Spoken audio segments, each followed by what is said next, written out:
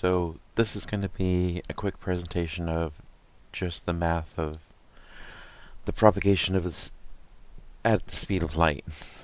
Um, there's a lot that I would like to get into that I just won't have time for. It's fairly long just to describe deriving the math. But basically I started with what would a faster than light traveler look like to a stationary observer, given that light propagates through space at a constant speed. Light originates in space at some point of emission. The direction and speed of the emitter does not change the speed of light. Like, the observer is some distance from the path of the traveler, as opposed to being on the path, or zero distance from the path of the traveler. So this is the basic scenario. I had a body that was moving, and I marked the head, body, and tail of the object, and some observing point. And it's going to take some time for each of those signals to reach the observer. The specific t equals 0 is when the body will be directly above the observer. So this is actually in negative time. But this is the distance, and then this is how far the light has to travel. And this ends up being just a Pythagorean theorem between d and velocity times time minus length, velocity times time, and velocity times time plus the length. And it looks something like this, where there's the body that's moving is marked with a head, body, and a tail, and the observer is down here.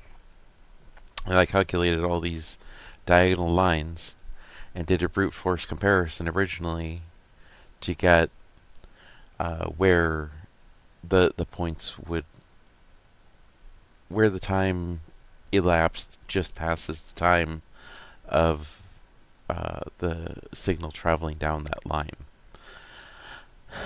And eventually I ended up with math that backed it up. And I added these photon circles that as this body goes along, it emits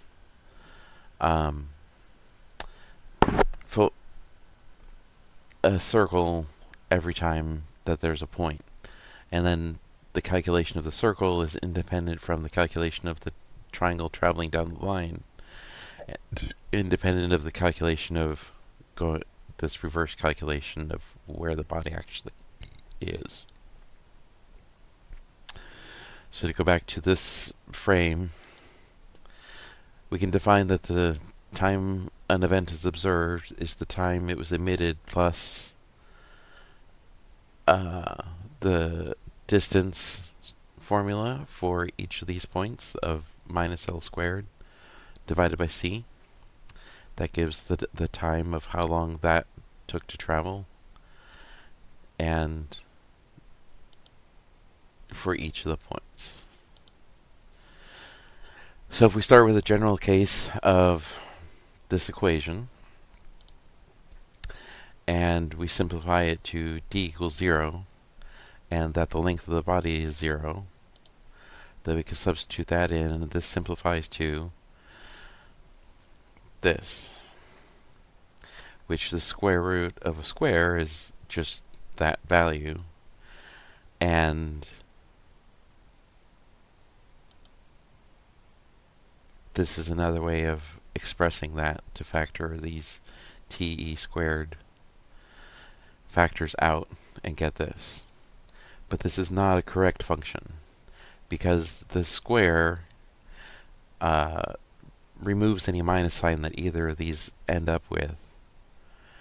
And of course the square root would be plus or minus, but the time of observation cannot be before the signal was emitted.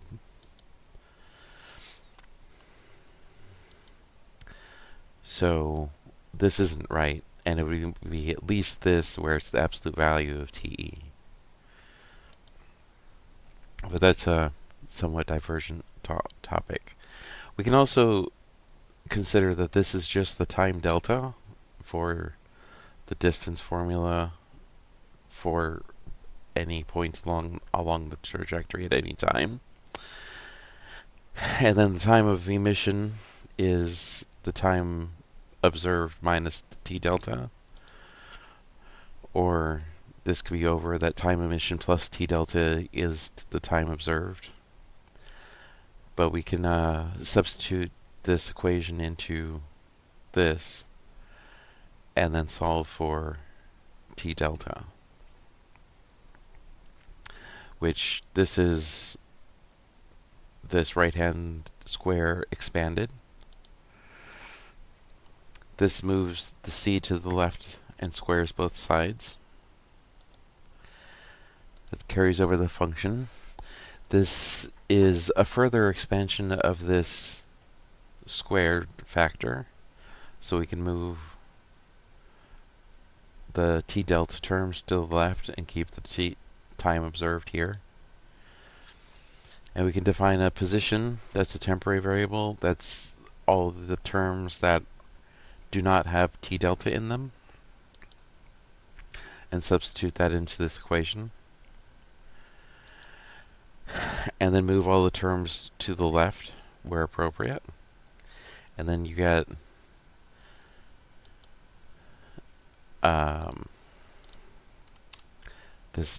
this equation also.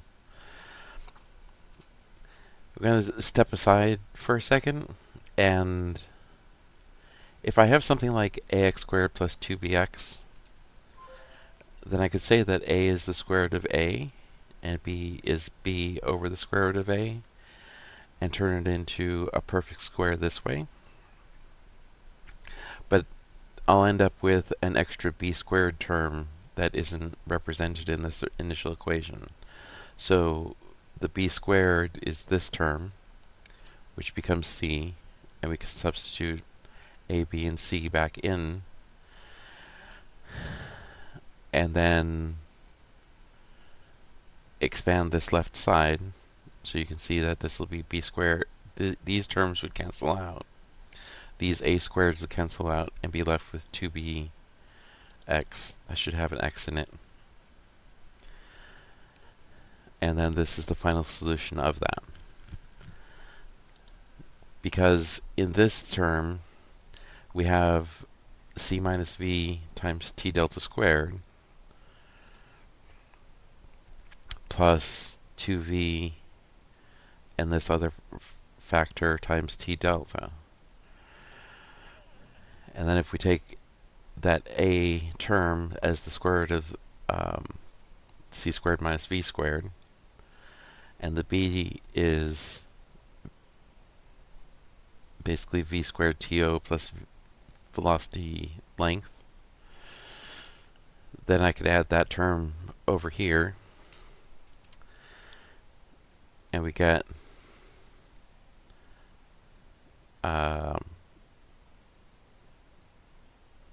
then we take the square root of both sides to get rid of the square, and then we'll end up with just this t delta term.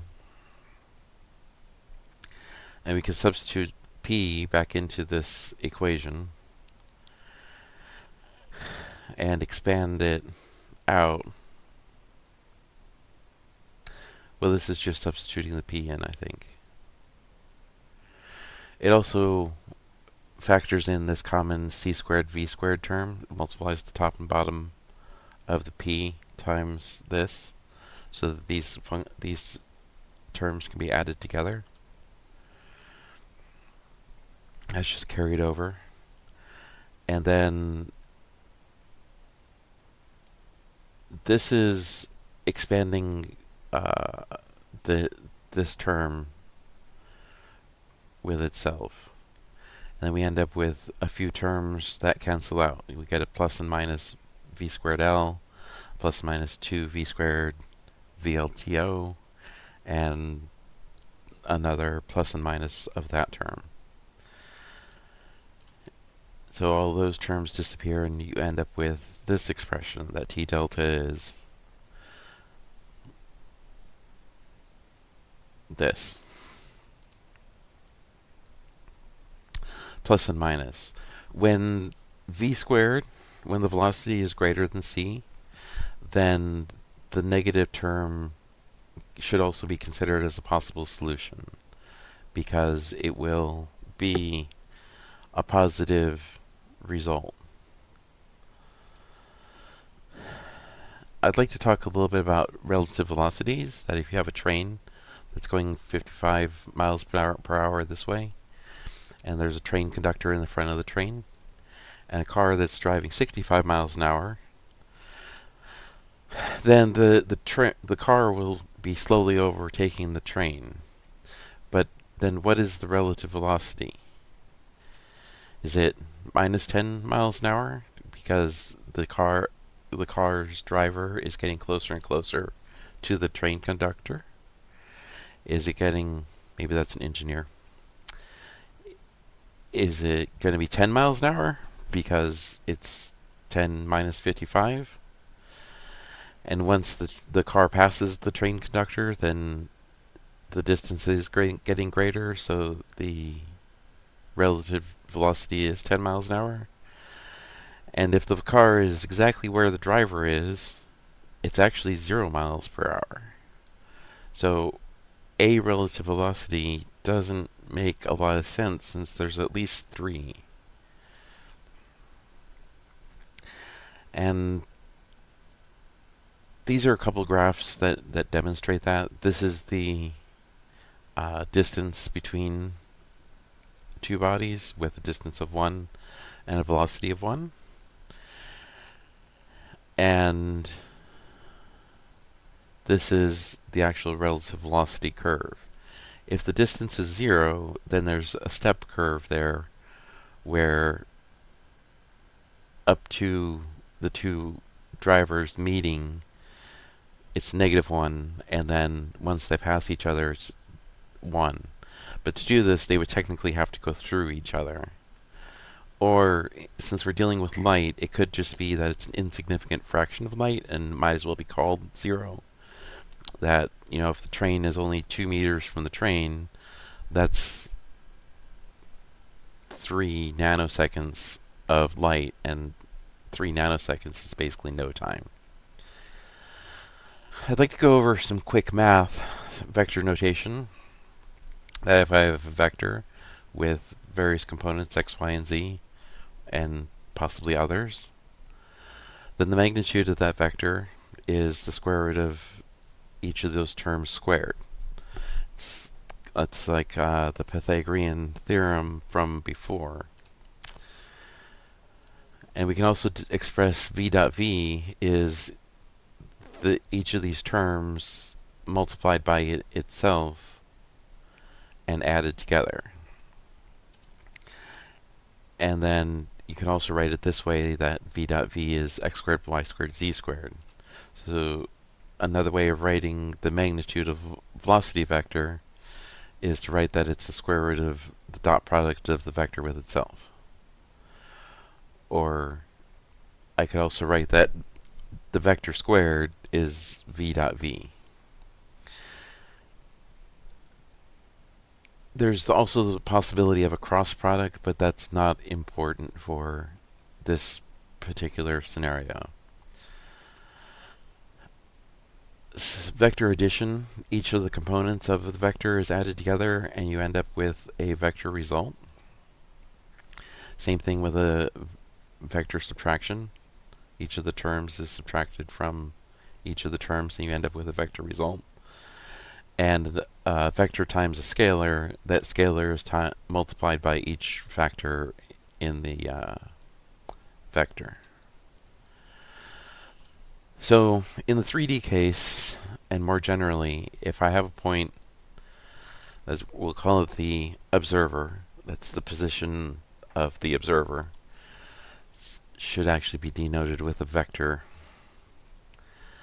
And this is going to be the position of the emitter, which is probably on a body, which has a center of the body plus a small offset. And this plus offset will be modified later by length contraction, but it's basically a constant value that you can compute, and we'll call that the position of the emitter. This is the vector, the velocity of the emitter. This is the velocity of the observer. This is where it is at some t equals 0. So behind it is negative time, ahead of it is positive time. Behind the observer's position is negative time, and ahead is positive time. And we can have some point along the trajectory of the observer, that's his position plus their velocity times their time. And similarly, the position of the emitter plus the velocity of the emitter times the time emitted. And then we end up with a vector here that'll just be these 2 points subtracted from each other, and the magnitude of this vector is going to be this. And if you divide that by c, that becomes the time delta of how long it took the signal to travel. And we have 2 time parameters that are independent from each other. This is another way to rewrite that. So the magnitude is also the square root of that vector times itself.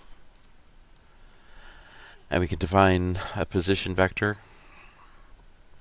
I should have a vector notation for all the terms in this that don't have the time emitted, because we're going to be solving in terms of time observed to figure out what time the event was emitted.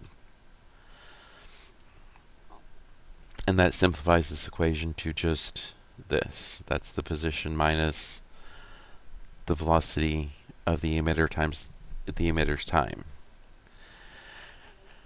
And if we carry the c over to the left and the time emitter over to the left, and then square both sides, we end up with, and expand this term, this is the equation we end up with. And expanding this on the left, and that's still the right side term. And if we move all the TEs to the left and all the TOs to the right, that's what this is. And we can group common terms, that there's a c squared and a velocity squared times the time emitted squared, and 2 times these 2 terms, 2 TE really, times that term. Then this is another case where we can figure out a square, that's the square root of this, times this term over 2, divided by this extra term.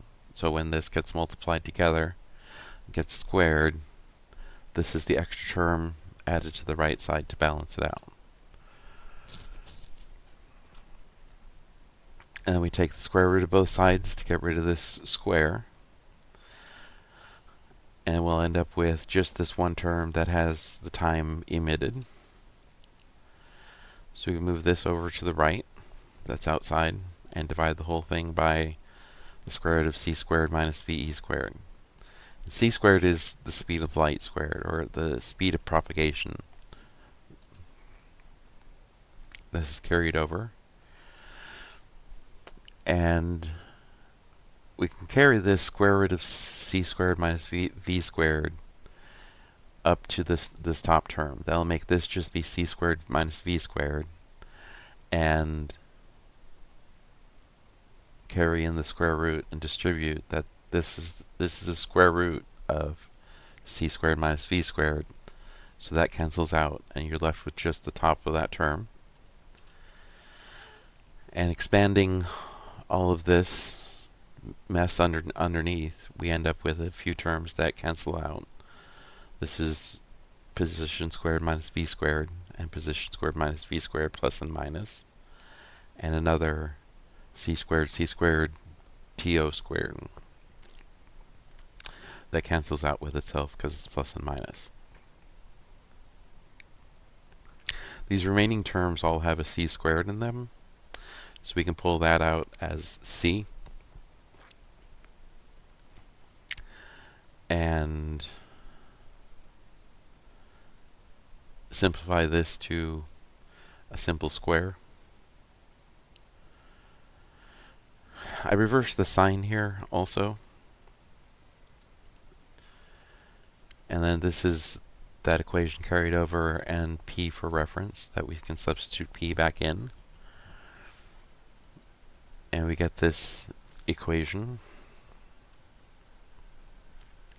Now if we then carry in this VE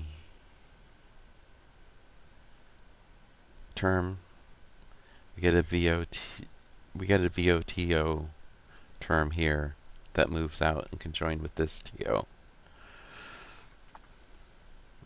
And this left expression is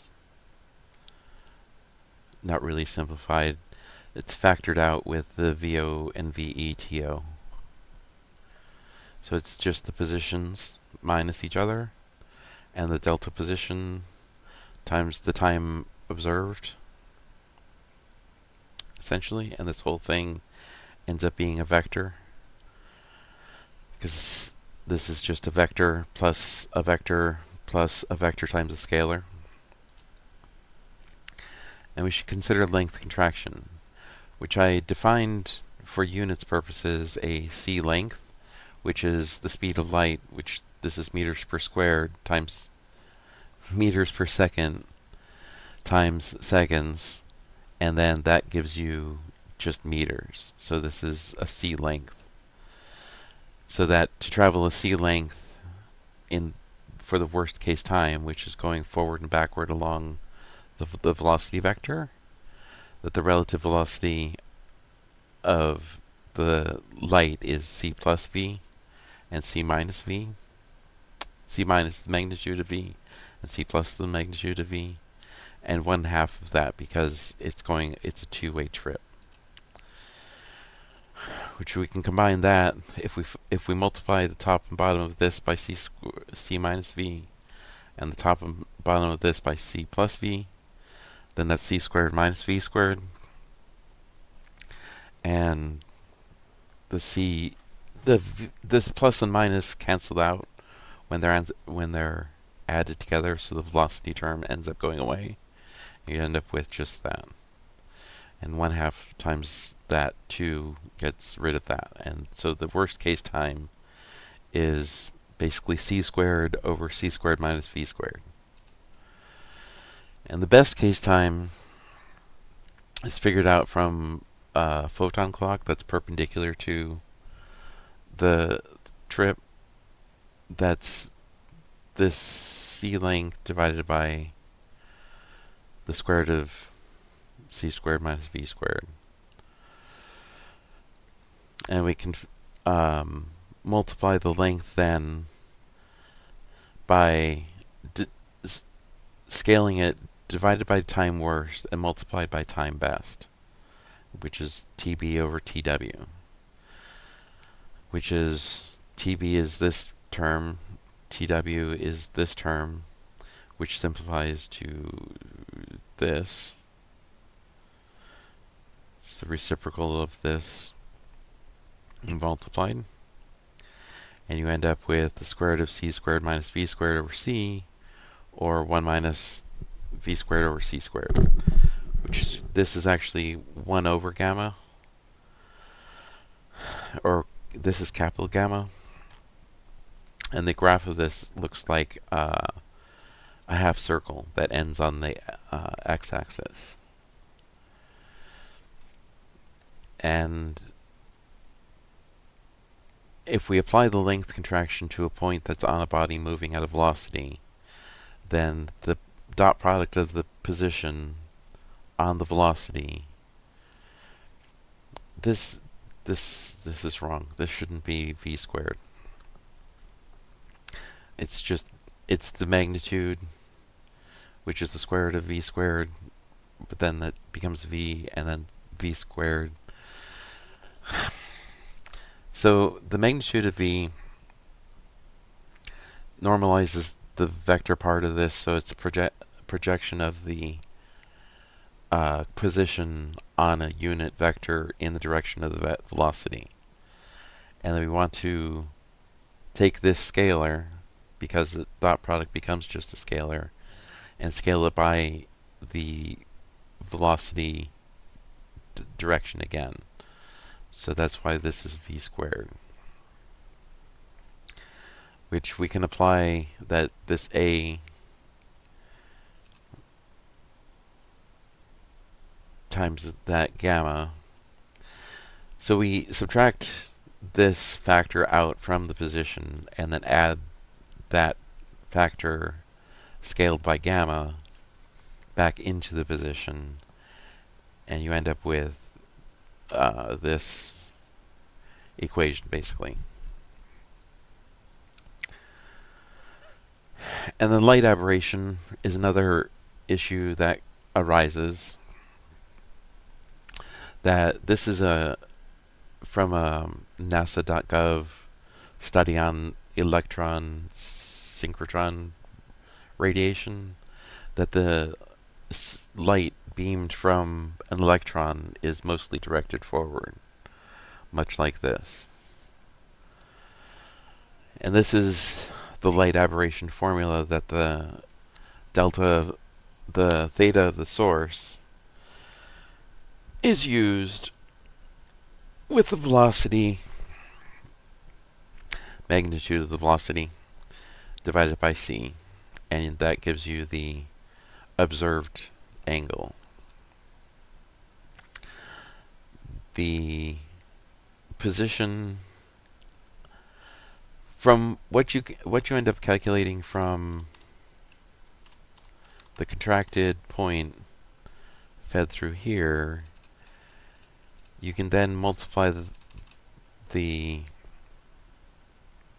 position and get where the emission was and where the observer was. And that gives you a direction vector. And that direction vector dotted with the velocity vector gives you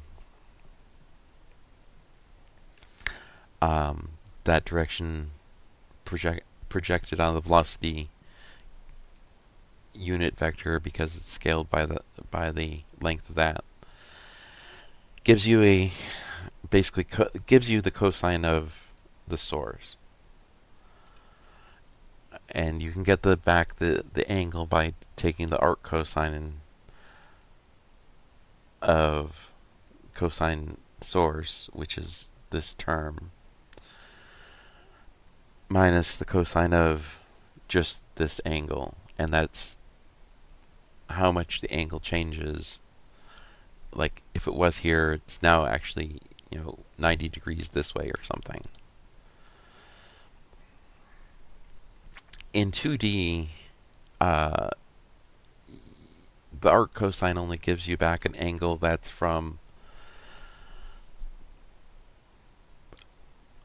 positive.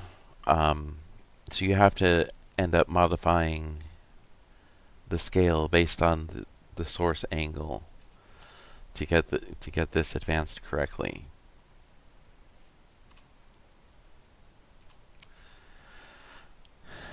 And this is another way of looking at the light aberration, but as a rotation. So once you get this theta angle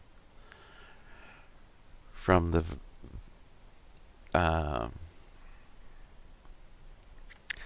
this is the vector of the delta position. This is the cross product of the this is the normalized cross product, this is the normalized dot product, which we can use the normalized dot product as the cosine, and the magnitude of the velocity of the observer to get how much the light is advanced for the observer. And then this is basically Rodriguez's rotation formula with the velocity cross product and the velocity dot product multiplied in to get the rotated x value around the observing point. And time contraction is the same triangle from length contraction before. And it's the same calculation and ends up being the same gamma factor. This is capital gamma, which is 1 over gamma that's used in the Lorentz transforms. And then this is another way of looking at it for... This is calculating it from the worst case time. This is the contracted factor, contraction, of the distance traveled.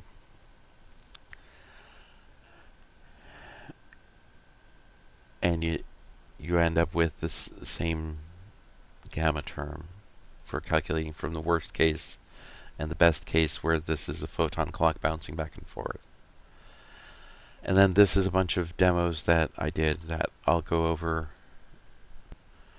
And these are some links to more information and other videos. I would like to walk through some of these demonstrations. This is the original demonstration that I worked on that has a body that's traveling faster than the speed of light, like the wavefront of its original wave can't even keep up with it. So what happens is you don't see anything until it passes you, and then there's two versions that I'm drawing. This one's the brute force calculation from checking the time of the photons going down the line, and the top one is the actual calculation. So then this shows the time color of what I'm actually seeing when it's hitting. Like this is just the front and the middle. The back hasn't actually even been seen yet until there. At which point the ship that you're watching is already well past where you are. And then as time goes on, you have one version that goes backwards and the other version that goes forwards following the body. Now, there's the triangles are directional. So at the front of the ship, there's a triangle going this way, and at the back of the ship, there's a triangle going this way, and the middle is a diamond. But here, the back of the ship is actually seen as the front of the ship going away.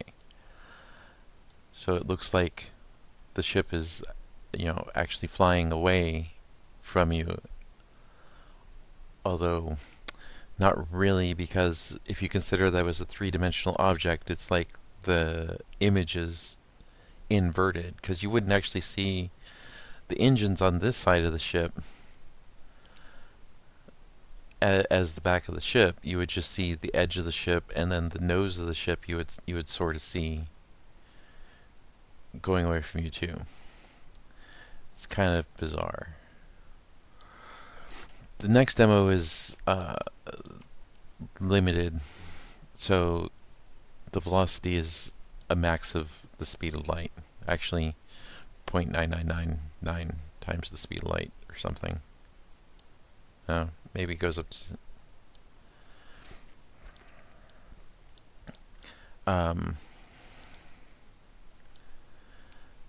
But something I noticed with this is that as the ship is approaching you, it's actually elongated. Like it's much longer than the ship you are actually seeing until it passes you, at which point it becomes contracted. And this is factoring in Lorentz length contraction. Like the ship is usually 1 light second this way and this way, but it's at about half of its distance right now. If I increase the velocity, the actual length of the ship goes down. But regardless, the ship you see passing you is shorter than when it's approaching. And approaching, it can be very, very elongated. Less so there, or appear elongated anyways.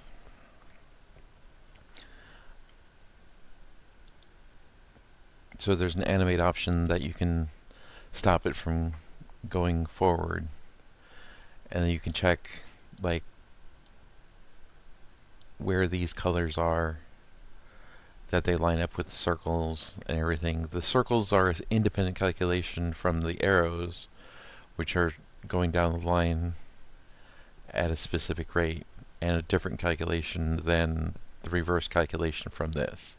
So it's basically 3 calculations that end up all aligning to show this product. This is a slightly different version. I was figuring in the light aberration too, because this is a fast-moving observer that's passing past a stationary body. I can kind of shrink that some. So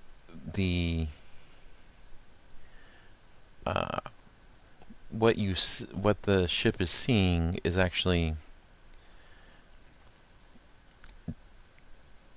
directed forward from where it actually sees it because of the light aberration. But this is I can increase the distance, and this can apparently go faster than the speed of light too.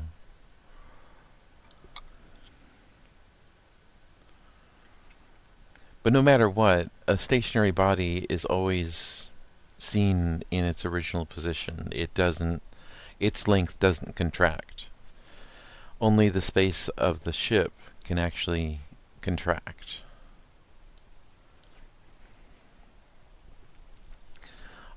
Although it does appear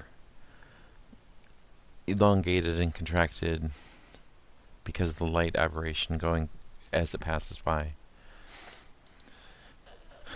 This version is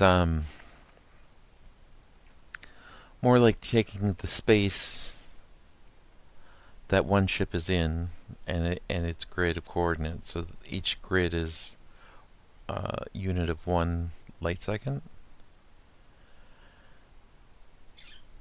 And if I right now the observer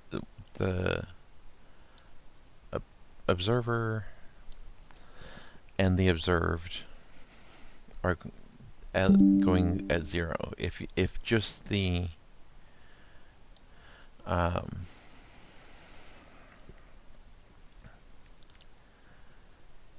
ship is moving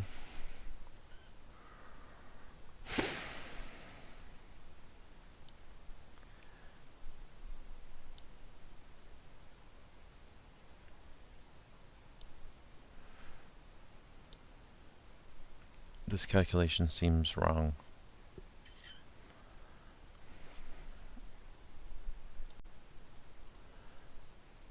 The other one that turned out really good is this one. It doesn't always load right, but I have this 3D world that's a cube that's made up of 32 by 32 by 32 voxels. And on the left side is an orthographic view. The only difference between these two views is of the camera that this is using a perspective camera, and this is using an orthographic camera. So in the perspective camera, from this previous test, I had kind of wondered if I divided the length by the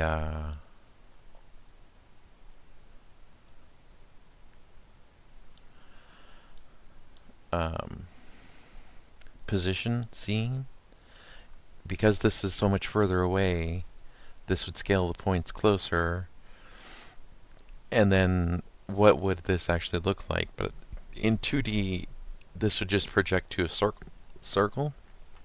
And I'm not very familiar with circles, but with this, I can still show the orthographic view, which is essentially what this view is, and a perspective view of that same world. And it starts off with a locked velocity. So as I advance the speed, and I'm still moving along with the cube, my perspective of the world in perspective view doesn't change. But this this is forward, and it's contracted to towards the viewer. So this large green patch that's seen is actually this small green patch that's here. And that gets bigger and bigger and bigger. And I can change the direction. And there's minor differences on this shading because that's such a small view. But basically the squareness doesn't change, even though the pixels are shifted by as if the light propagated from a point. Like when you're traveling, this is essentially a 3-4 light second long thing. So as you're traveling at almost 80% the speed of light, what you see of the forward ship is seen from a more recent time than the ship is actually at. Whereas the tail of the ship is, it takes a long time for the light to actually reach you from the back of the ship. So this is translated for the points you would actually see traveling along with the ship at that velocity. And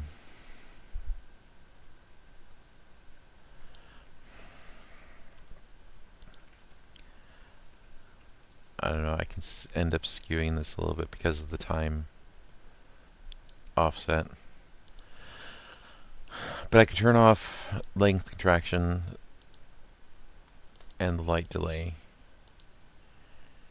and aberration independently. So there's basically no translation possible here. This would be just length contraction. This is essentially the Lorentz transform in one direction, that things become elongated and shortened, and the light aberration is actually the inverse of that. So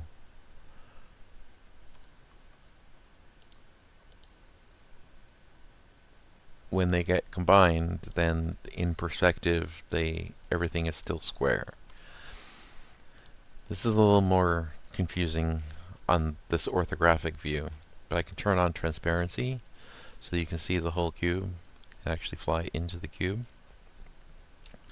and even approach this front wall.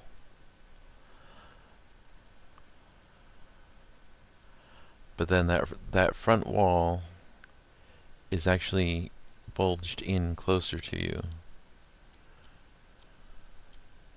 Well, which way is front?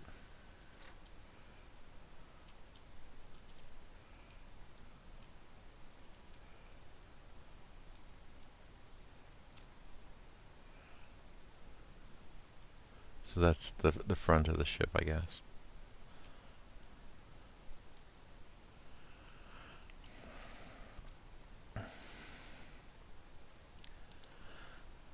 Um, and this is the same idea of an observer traveling along with the ship. Uh, these are light aberration cones.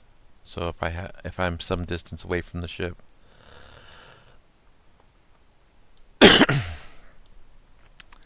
and I'm going, say, ahead of the ship, like this is my current viewpoint,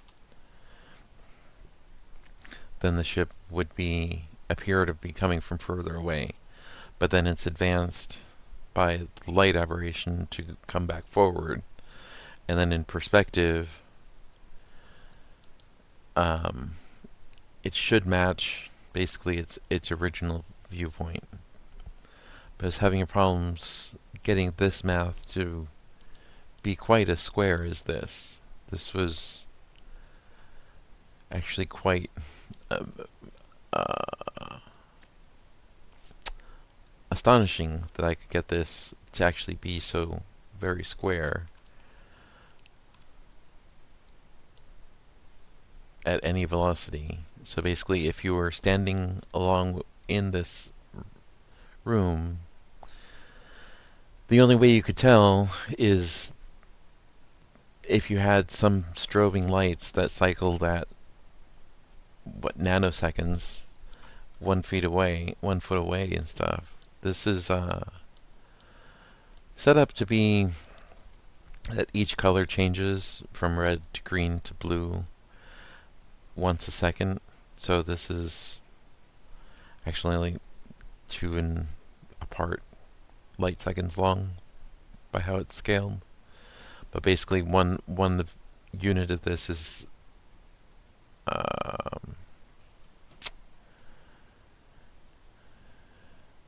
probably 1/10 of a foot, so about an inch. So this cube is actually really, really small. But I'm right up next to it.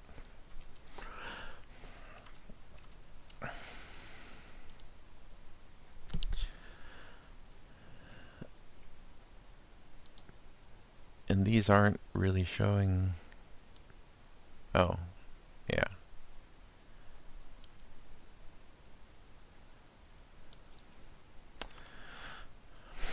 I don't know. Moving on. This was one of the final tests that I did, is this light interferometer. So if we turn off animation and start with this at the beginning, then this is your basic light interferometer, that a light is emitted from here, hits the splitter, gets split this way and this way, comes back, and it results in this final view. So there's initially this wavefront is together and hits the splitter. Then the red and white circles are still pretty much aligned, but these are the leading photons, and one wavelength behind them. I was kind of trying to show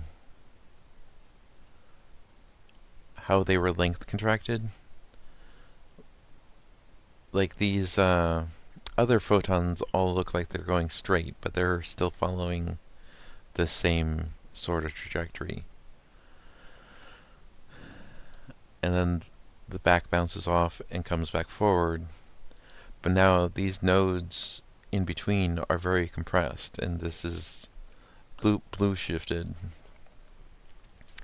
This basically doesn't have any frequency shift to it. And then they both meet back at the center splitter at the same time and proceed to go forward and hit the front detector.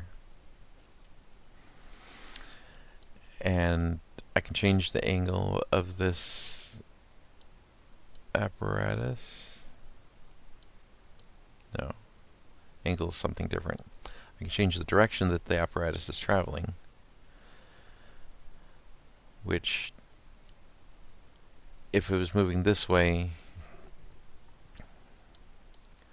then from the beginning, these are blue shifted until they hit this middle, and then they're back to a little wider phase here, but continue to be red shifted that way. And then when it bounces off of this, the blue is a little hard to see mixed in with the red, but there's a wide gap in between the blue photons that are going that way. And again, it goes and hits the reflector. And I added up the times that it would take. It's not really the distances, but the time over the whole apparatus moving ends up being exactly the same for the two arms, no matter what direction you are. So the local clock here says 2 seconds. Always. And I can like increase the distance, and the length contraction becomes more significant. And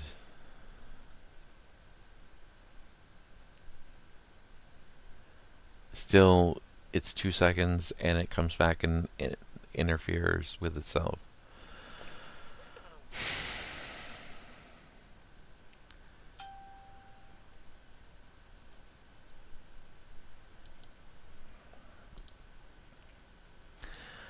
I was also playing with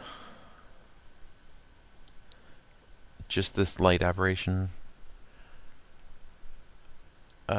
phenomenon and frequency shift. There's a Doppler shift in this too, and depending on the angle,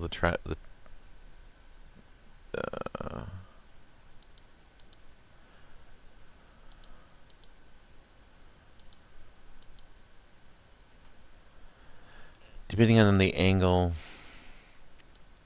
that the aberration is seen from, it has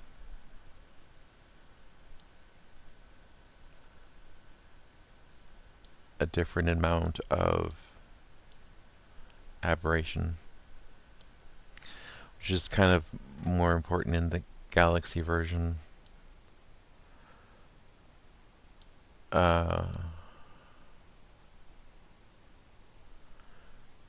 Where basically this is meant to be a spinning galaxy.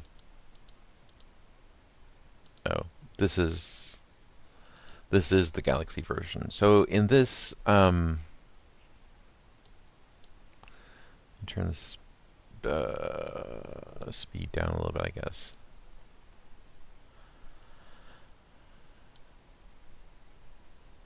Then if the rotation rate was a certain distance, then you would see a red shift on one side and a blue shift on the other.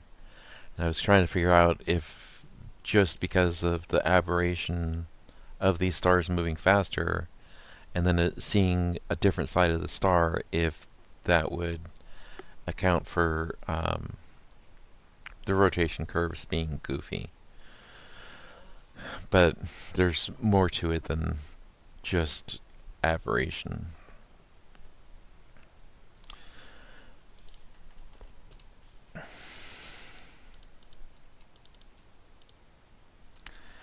And I did another one that this is more along the lines of a Lorentz transformation, where I put up a bunch of different clocks that could be seen, and the ship and everything.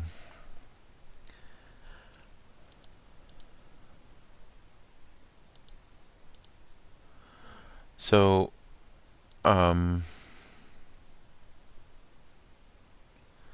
this was also a homework problem, that an alien is eating breakfast in the Andromeda Galaxy at the same time somebody on Earth is eating breakfast.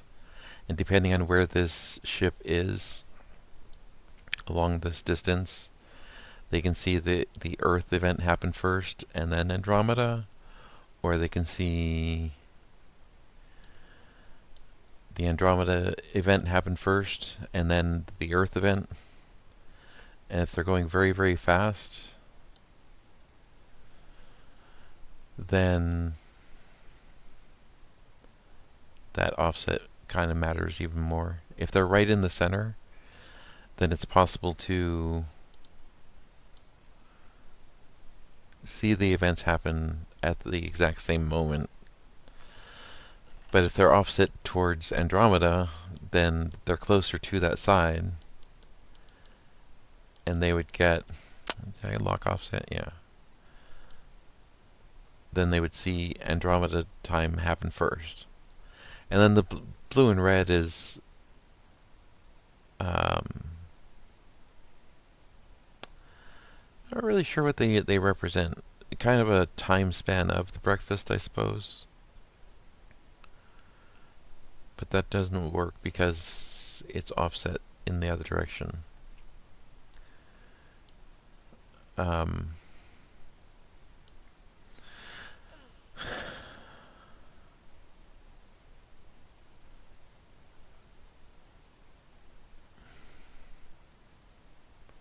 So which option was that? Show a distant frame. So if we go back to, well, we'll just reset this. So what this is showing is the velocity of the ship can go up to a maximum of, well, the speed of light. So that's this 45-degree angle. And the observer, an observer, which is this blue line, can also go positive or negative the speed of light. And then I'm able to show various clocks that are happening. Negative times are failing.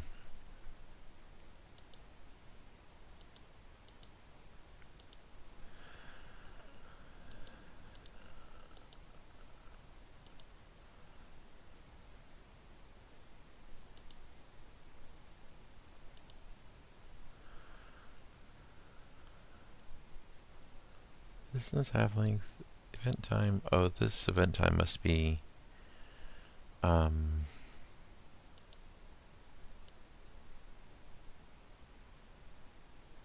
when the event actually happens.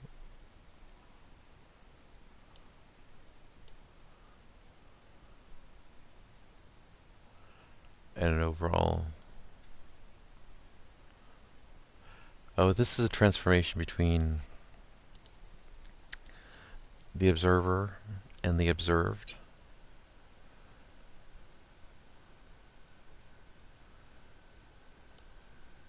And whether it's showing from one perspective or the other.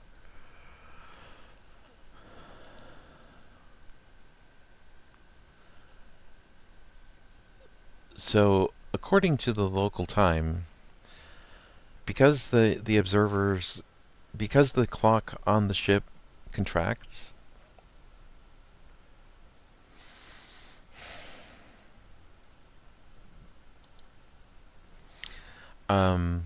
then the ship is actually traveling faster than the speed of light. It's going this velocity for sure, and it can't go faster than the speed of light. But because the clock that's on the ship is going slow, they cover more distance in a longer amount of time, or the clock doesn't tick as fast, so the distance they cover doesn't take as much time. And that can go all the way up to like many times the speed of light. At 707 square root of 2 over 2, then their local velocity, it seems like the speed of light, because they're going 0.707 forward in 0.707 seconds, and therefore are going the speed of light, even though they're actually traveling slower than the speed of light. And that keeps doubling at 8601. That's like 2 times the speed of light, or 3 times. So this slope, this is like 4 times the speed of light at 9720, all the way up to actually many times the speed of light. This looks like 1, 2, 3, 4, 5, 6, 7, 8, 9, or about 10 times the speed of light. Relatively, because their clock is ticking slow. Not that they're actually going 10 times the speed of light, although effectively they are. If they traveled at 0.996% the speed of light, or 0.996 times the speed of light, then they would be traveling 10 light years in only 1 year of local time.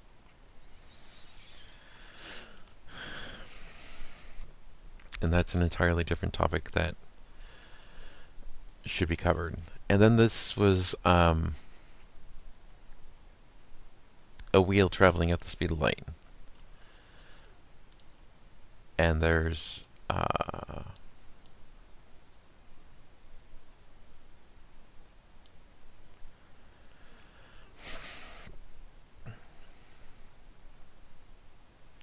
and this is just as it's seen. It must also have length contraction. I guess I set C as 3 for some reason.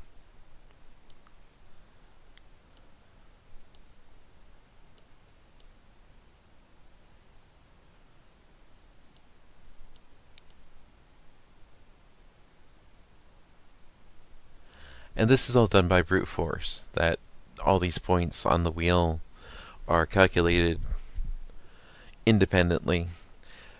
Reverse calculating the arc sine and arc cosine of where the wheel was when it was at some frame in the past is just impractical to do.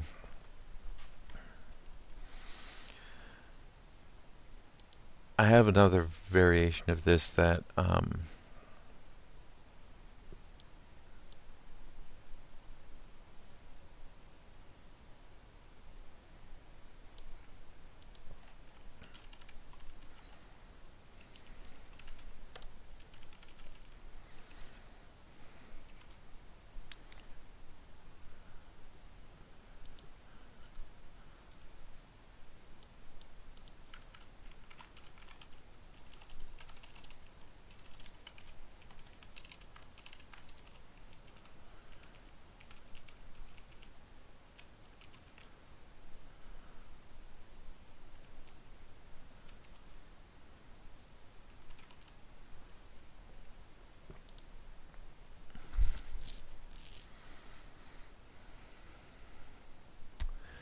this is more if you were traveling inside the wheel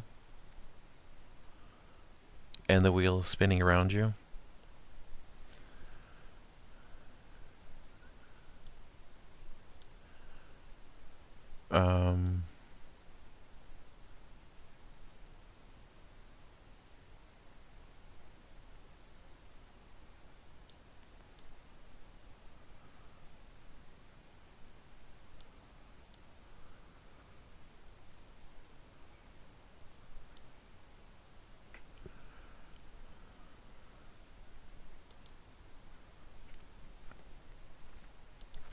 I don't know. That's all the interesting demos, I suppose.